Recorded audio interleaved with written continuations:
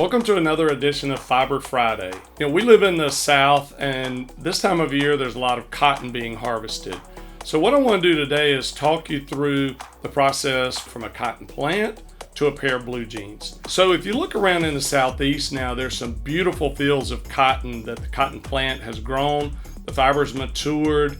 The plants have been defoliated and ready to be harvested. The next stage is they will harvest that cotton, roll it up in large bales, and send it to a gin. The gin separates the cotton seed from the cotton fiber, or the cotton fiber from the cotton seed. So then that fiber is then baled and sent to a yarn manufacturing plant to be processed. There are numerous steps in the yarn manufacturing process to convert cotton fiber to cotton yarn. We will have some experts, some people that we know in the industry that are experts in processing cotton.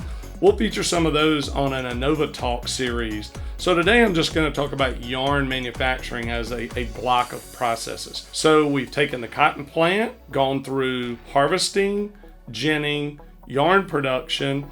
Now for blue jeans, we actually dye that yarn most of the time in yarn form through something called indigo dyeing.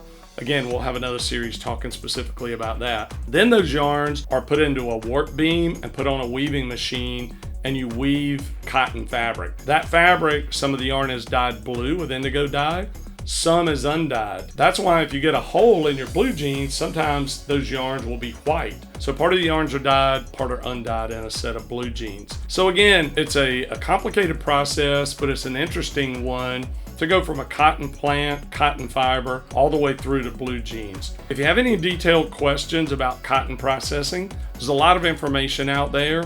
Cotton Incorporated is a great resource, but you can also reach out to us at Anovotek. We'll point you in the right direction to find the information you're interested in. Thanks for watching. Anovotek, where innovation lives.